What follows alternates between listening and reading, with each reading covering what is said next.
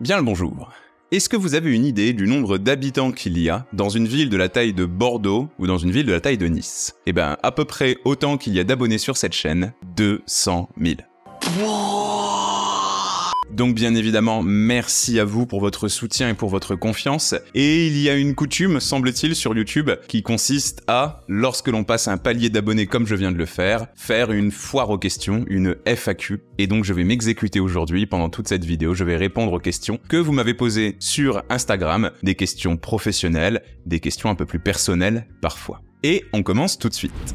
La première question est une question de Charlotte qui me demande « Est-ce que vous pourriez nous raconter votre parcours d'ancienne personne en surpoids ?» Alors en effet, vous le savez peut-être pas si vous venez de me découvrir, mais je suis pas devenu nutritionniste par hasard. Si j'ai choisi ce métier, c'est notamment parce que j'ai une période de ma vie pendant laquelle j'ai été en surpoids. J'ai pas forcément de souvenir de l'âge auquel ça a commencé. Tout ce que je sais, c'est que quand je regarde les photos que je peux retrouver de mon enfance, je crois qu'aux alentours des 6-7 ans, on voit déjà que je commence à être un petit peu rond. Et les souvenirs les plus lointains et les plus précis que j'ai sont ma rentrée en 6e. Donc si je dis pas de bêtises, quand on rentre en 6e, on a à peu près 10 ou 11 ans. Avec mon recul de nutritionniste, aujourd'hui, je me rends compte que j'avais un surpoids vraiment très particulier. J'aime pas trop l'expression que je vais vous dire là, mais je n'étais pas si gros que ça. C'est uniquement que j'avais, et que j'ai toujours d'ailleurs aujourd'hui, une façon de stocker le gras très particulière. En fait, 99% des hommes vont stocker le poids d'une façon qu'on appelle androïde, c'est-à-dire surtout dans le ventre et dans les épaules, là où les femmes, avec leur fonctionnement hormonal différent, ont plutôt tendance à stocker les kilos en trop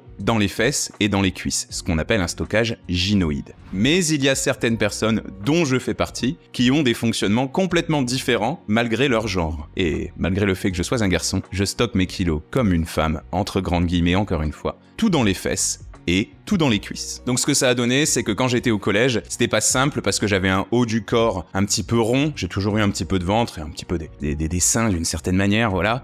Mais ce qui était très particulier, c'est quand on regardait le bas de mon corps, il y avait vraiment quelque chose de disgracieux, puisque j'avais vraiment des fesses très proéminentes et des cuisses très proéminentes. Et ce qui n'aidait pas du tout, c'est que moi j'ai une éducation un petit peu à l'ancienne, et pour mes parents, notamment mon père, on faisait sport en short, et quand j'allais faire du sport en short, j'avais mes cuisses qui se frottaient, notamment quand je courais en extérieur en hiver, mes cuisses devenaient très roses et se frottaient, et ça m'a valu le doux surnom de porciné qui m'a suivi pendant assez longtemps, que ce soit au collège mais surtout dans mon club de sport, le handball que j'ai pratiqué pendant 10 ans. Non mais ça va pas!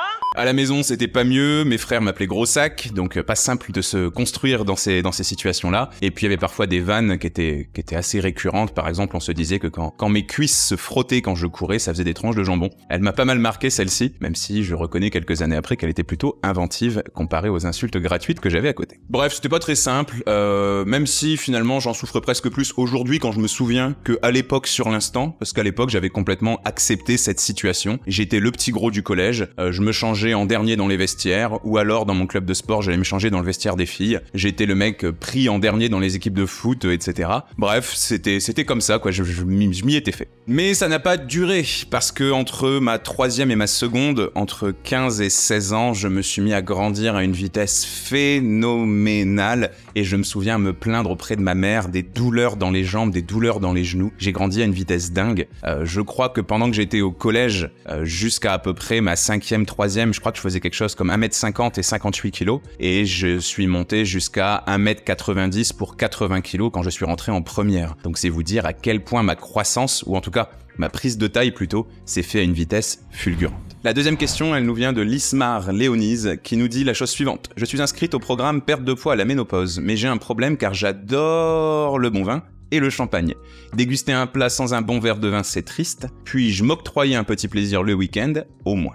Alors premièrement, il y a une observation que je fais depuis 10 ans maintenant que je suis nutritionniste, qui est la suivante. Être heureux ou heureuse aide grandement à perdre du poids. C'est quelque chose que je constate maintenant en consultation presque quand j'ouvre la porte du cabinet et que je vois le visage souriant ou non du patient, à savoir à quel point sa perte de poids va être plutôt simple ou non. Il faut que vous soyez heureux, ça aide grandement. Deuxième observation que je dresse aujourd'hui, troquer sa vie sociale pour perdre quelques kilos, ça ne vaut pas le coup et ça ne tient jamais longtemps. J'entends par là que se mentir à soi-même, ne plus sortir, passer du statut de bon vivant à ne manger que de la salade et du blanc de poulet, ça ne dure qu'un temps et on finit toujours par craquer. Pourquoi est-ce que je vous dis ça? Parce que bien évidemment que la réponse c'est oui.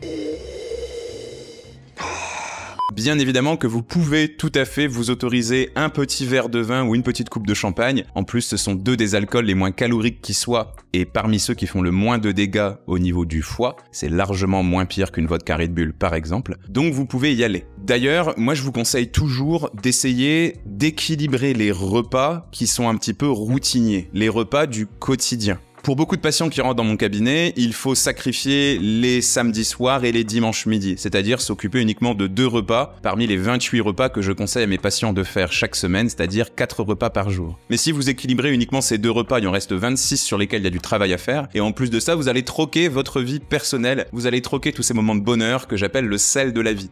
Ça vaut pas le coup. Lâchez un peu la bride le vendredi soir, le samedi soir et le dimanche midi et équilibrez tous les autres repas de la semaine. Et en faisant ça, vous aurez largement la place pour consommer un petit verre de vin, une coupe de champagne de temps en temps. Attention cependant à ce que ça reste exceptionnel, hein. L'alcoolisme n'est pas une question de dose, c'est une question de fréquence, donc il faut éviter de boire tous les jours. Troisième question de Scylla qui nous dit « Je mange équilibré mais j'ai des soucis avec les quantités et ça m'empêche de perdre du poids. Poser ses couverts, manger lentement et au calme, je connais ces techniques mais je ne réussis pas. Je sais que je mange au-dessus de mes besoins, mais la satiété est un réel problème. Je la reconnais une fois que j'ai terminé. As-tu réussi à aider d'autres personnes en coaching dans ce domaine ?» Tout à fait. Cette question, je l'ai énormément. On a un réflexe un petit peu paradoxal qui consiste à se dire que quand on a faim, il faut qu'on mange beaucoup de carburant, donc il faut qu'on mange surtout beaucoup de sucre, donc surtout des féculents. C'est un réflexe qu'on va avoir où on va se dire que les féculents, comme ils contiennent beaucoup de sucre et beaucoup d'énergie, c'est la solution pour tenir bien longtemps. C'est pas vraiment le cas. Dans votre assiette, ce qui va vous permettre d'être rassasié pendant assez longtemps, donc de ne pas avoir trop faim rapidement avant le prochain repas, ce sont surtout les fibres, qu'on va principalement retrouver dans les fruits et dans les légumes, mais aussi les protéines, qu'on va principalement retrouver dans la viande, le poisson et les œufs, même s'il y en a un petit peu dans les laitages, et dans certaines plantes telles que certains féculents complets, etc. Bref, ce que je veux vous dire par là, c'est que la priorité pour vous, pour régler ce problème de satiété, c'est premièrement de vous assurer qu'à chaque prise alimentaire, on retrouve des fibres, donc des fruits ou des légumes, ou les deux ensemble, et des protéines. Et pour les protéines, avant de parler de quantité, on doit parler de qualité. Comme je le dis très souvent, faut surtout pas confondre du poisson pané et un filet de saumon qui aurait été pêché par votre voisin. Donc la priorité pour vous, c'est de s'assurer de ça. J'ai des fibres, j'ai des protéines de qualité à chaque repas, et ensuite, en complément de tout ça, j'adapte la quantité de féculents que je vais mettre à l'intérieur de mon repas. Ensuite, bien évidemment, il y a une idée de vitesse à laquelle vous mangez. Si vous mangez trop vite, vous n'allez pas laisser le temps à votre cerveau et à votre estomac de communiquer pour savoir si votre estomac est assez rempli ou pas, finalement. Et dans cette situation, il va falloir attendre que l'estomac soit rempli à ras bord. Donc ce qu'il faut faire dans ces situations, bien évidemment, c'est de manger assez lentement, poser les couverts, se montrer bavard, vous l'avez dit. Vous pouvez aussi, bien évidemment, éteindre tous les écrans, essayer de manger dans le calme et essayer de ne pas mettre sur votre table tous les éléments qui vont composer votre repas tout de suite. J'entends par là que si vous devez vous lever, par exemple, pour aller faire une vinaigrette pendant votre repas, c'est mieux que de l'avoir tout de suite sur votre table. Comme ça va peut-être vous prendre 4-5 minutes pendant votre repas et ça va allonger la durée du repas. Pareil si vous devez aller chercher un plateau de fromage. Pareil si vous devez aller chercher un fruit et le couper en morceaux. Essayez de rajouter des petites étapes à votre repas de cette manière. La quatrième question nous vient de Maude qui nous dit « Bonjour Jérémy, pourrais-tu faire des vidéos 24 heures dans mon assiette, ce que mange mon fils de 2 ans et comment gérer son syndrome du côlon irritable. Sinon j'aime beaucoup ton contenu et voici quelques points que tu pourrais améliorer. Diminuer les types de langage, diminuer ou varier les images de la banque d'images, et enfin ne le prends pas mal mais peut-être un peu moins d'arrogance, par exemple avec la phrase « Mes parents étaient esclaves du marketing » qui m'a un petit peu choqué. Merci pour cette question, Maude. Alors, bien sûr, c'est prévu 24 heures dans mon assiette. Je vais très certainement le faire. Alimentation de mon fils de 2 ans, il faut que j'y réfléchisse parce qu'on est à la frontière entre la nutrition et la pédiatrie. Et je ne suis pas pédiatre et je déteste mettre les pieds dans un domaine médical qui n'est pas le mien. C'est le meilleur moyen de raconter des conneries, donc à voir. Et puis l'alimentation pour l'intestin irritable, pourquoi pas, évidemment, ça pourrait être rajouté au calendrier des vidéos. Merci aussi beaucoup, Maude, pour tout ce que vous me dites par rapport aux choses à améliorer. L'éthique de langage, ça devient insupportable pour moi. Quand je me regarde en vidéo, je me rends compte qu'il y a énormément de choses que je répète. Ne retiens pas ça. Ce qu'il faut que tu comprennes, exactement comme vous l'avez mis là dans votre question, c'est des phrases qui reviennent tout le temps. Je fais vraiment pas exprès. Je vais essayer de retravailler ma formule et essayer d'avoir des phrases qui reviennent un peu moins fréquemment comme ça parce que même moi, quand je me regarde, ça me saoule. Pour la banque d'images, c'est réglé. Depuis quelques temps, là, je suis en train de chercher un nouveau monteur. Coucou. Donc on va changer les choses et maintenant il y aura des banques d'images beaucoup plus riches. Et au niveau de l'arrogance de certains de mes propos, effectivement, c'est vrai que je suis parfois peu tendre avec tout ce qui touche au marketing, aux grandes surfaces, aux aliments transformés. Mais c'est de la... Et je comprends que cette phrase de dire que parfois certains d'entre vous sont des esclaves du marketing puisse choquer. Encore une fois, promis, je vais essayer de retravailler ma formule. La 5e question nous vient de Juju, qui me dit « Bonjour, j'ai 44 ans et j'ai pris 5 kilos en quelques mois. Comment faire pour les perdre? Je n'arrive pas à les perdre. Je vous remercie beaucoup pour votre réponse. Bonne journée. » Alors, très bonne question, encore une fois Lulu. Avant de vous dire ce qu'il faut faire, voici ce qu'il ne faut surtout pas faire. Un régime privatif. Ça ne fonctionnera pas, surtout qu'à 44 ans, on perd pas du poids comme on en perd à 24 ans, où il suffisait de s'affamer, bouger ses petites fesses pendant 2 jours et c'était réglé. Ne faites pas n'importe quoi, parce que plus vous accumulez les régimes privatifs, plus perdre du poids devient compliqué et plus vous perdez de temps, d'argent et de confiance en vous. Ce qu'il faut faire, selon moi, c'est vous impliquer dans votre santé, arrêter de vous prendre pour quelqu'un d'idiot et vous expliquer ce que c'est que manger équilibré. C'est d'ailleurs l'un des piliers centraux du Nutri-Scope et de la méthode Le Nutri-Scope, que je vous invite à découvrir en allant sur le site lenutriscope.fr, c'est de vous apprendre à manger équilibré pas à pas, étape par étape. Parce que certes, les études de nutritionnistes sont pas forcément très faciles. Certes, le milieu médical est plein de mots compliqués. Mais en nutrition, on parle de bananes, de poissons, de morceaux de poulet et de brocolis. Rien que vous ne compreniez pas. Donc en vous impliquant dans votre santé et en vous expliquant les choses petit à petit, vous gagnez en autonomie vis-à-vis de votre santé et vous êtes tranquille pour toujours. Vous apprenez à faire des repas équilibrés, vous apprenez à gérer les imprévus et les petits excès, etc., etc. Donc que ce soit avec moi ou avec une autre personne, faites ce qu'on appelle de l'éducation alimentaire, apprenez à manger équilibré à votre rythme, et encore une fois, si vous voulez en savoir plus, n'hésitez pas à passer sur le site lenutriscope.fr où il y a des programmes pour les hommes, pour les femmes, et les femmes ménopausées. La 6e question nous vient de Nathalie, qui nous dit la chose suivante. « Bonjour, combien de grammes de protéines à la ménopause conseillez-vous? Merci pour tout. » Alors Nathalie, si vous n'êtes pas en surpoids, je vais vous conseiller à peu près 1,2 g de protéines par poids de corps. Donc si vous pesez 60 kg, cela représente à peu près 72 g de protéines par jour. Mais je pense que là, on est déjà dans des détails un petit peu trop précis pour vous, consommateurs. Là, calculer le moindre gramme de protéines, c'est pas très parlant. Moi, ce que je vous conseille de faire, c'est midi et soir, vous mettez à peu près 100 g de viande, poisson ou œuf. Vous mettez un laitage quelque part dans la journée, le matin au petit déjeuner ou à l'un des desserts du midi ou du soir par exemple. Et vous prenez l'habitude de prendre tous vos féculents complets ou semi-complets, donc les pâtes, le riz, la semoule, mais aussi de varier avec des choses comme des lentilles, du quinoa, etc. Vous faites juste ça et croyez-moi que vous aurez largement assez de protéines. Si vous êtes en surpoids et que vous voulez perdre du poids, moi j'aime bien faire des plans alimentaires légèrement hyperprotéinés pendant la perte de poids et dans ce cas-là, je fixe l'objectif de protéines à 1,5 g par kilo de poids de corps idéal. Donc cette fois, si votre objectif c'est de faire 60 kg, il faudra plutôt consommer 90 g de protéines par jour. La 7e question nous vient de Vali ou de Caro, je ne sais pas trop, qui nous dit la chose suivante. Bonjour, à quoi peut-on remplacer le sel? Merci pour votre réponse. J'imagine du coup par quoi peut-on remplacer le sel? Et c'est quelque chose que j'ai déjà souvent abordé dans mes vidéos. Premièrement, les épices, curcuma, cumin, curry, paprika, piment, etc.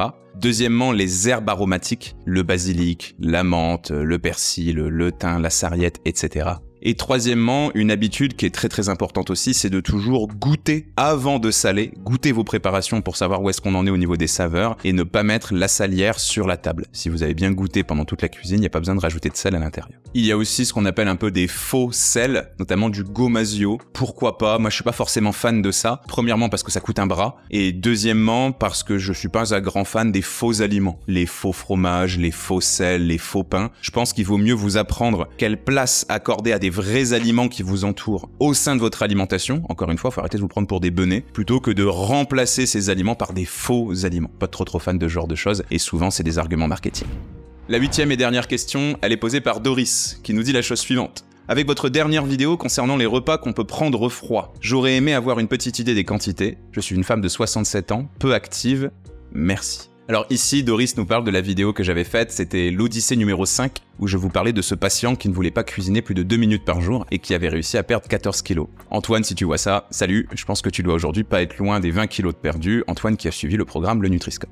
Écoutez Doris, j'en sais pas forcément assez sur votre profil pour vraiment vous faire un plan alimentaire comme ça, personnalisé en quelques secondes. Ce que je vais vous conseiller globalement, c'est faire 4 prises alimentaires par jour, petit déjeuner, déjeuner, collation, dîner. Et pour les déjeuners et les dîners, puisque c'est ce qui vous intéresse, je vous conseille d'avoir à peu près 150 grammes de légumes, poids final dans l'assiette, poids que vous consommez, à peu près 100 grammes de protéines, viande, poisson, œuf, à peu près l'équivalent d'une cuillère à soupe de gras, d'huile par exemple, de l'huile d'olive pour les cuissons ou des huiles de noix pour les vinaigrettes, et puis vous prévoyez un dessert, soit un laitage, soit un fruit de saison, à peu près 100 grammes. Et en complément de tout ça, selon l'appétit qu'il vous reste, vous adaptez la quantité de féculents que vous mettez dans votre repas. Selon les saisons et selon le moment où on se trouve dans la journée, vous n'avez pas un appétit qui est le même. Par exemple, moi j'ai beaucoup de patients et de patientes qui ont moins faim le soir que le midi, particulièrement en été. Donc si c'est votre cas, vous écoutez vos sensations de faim.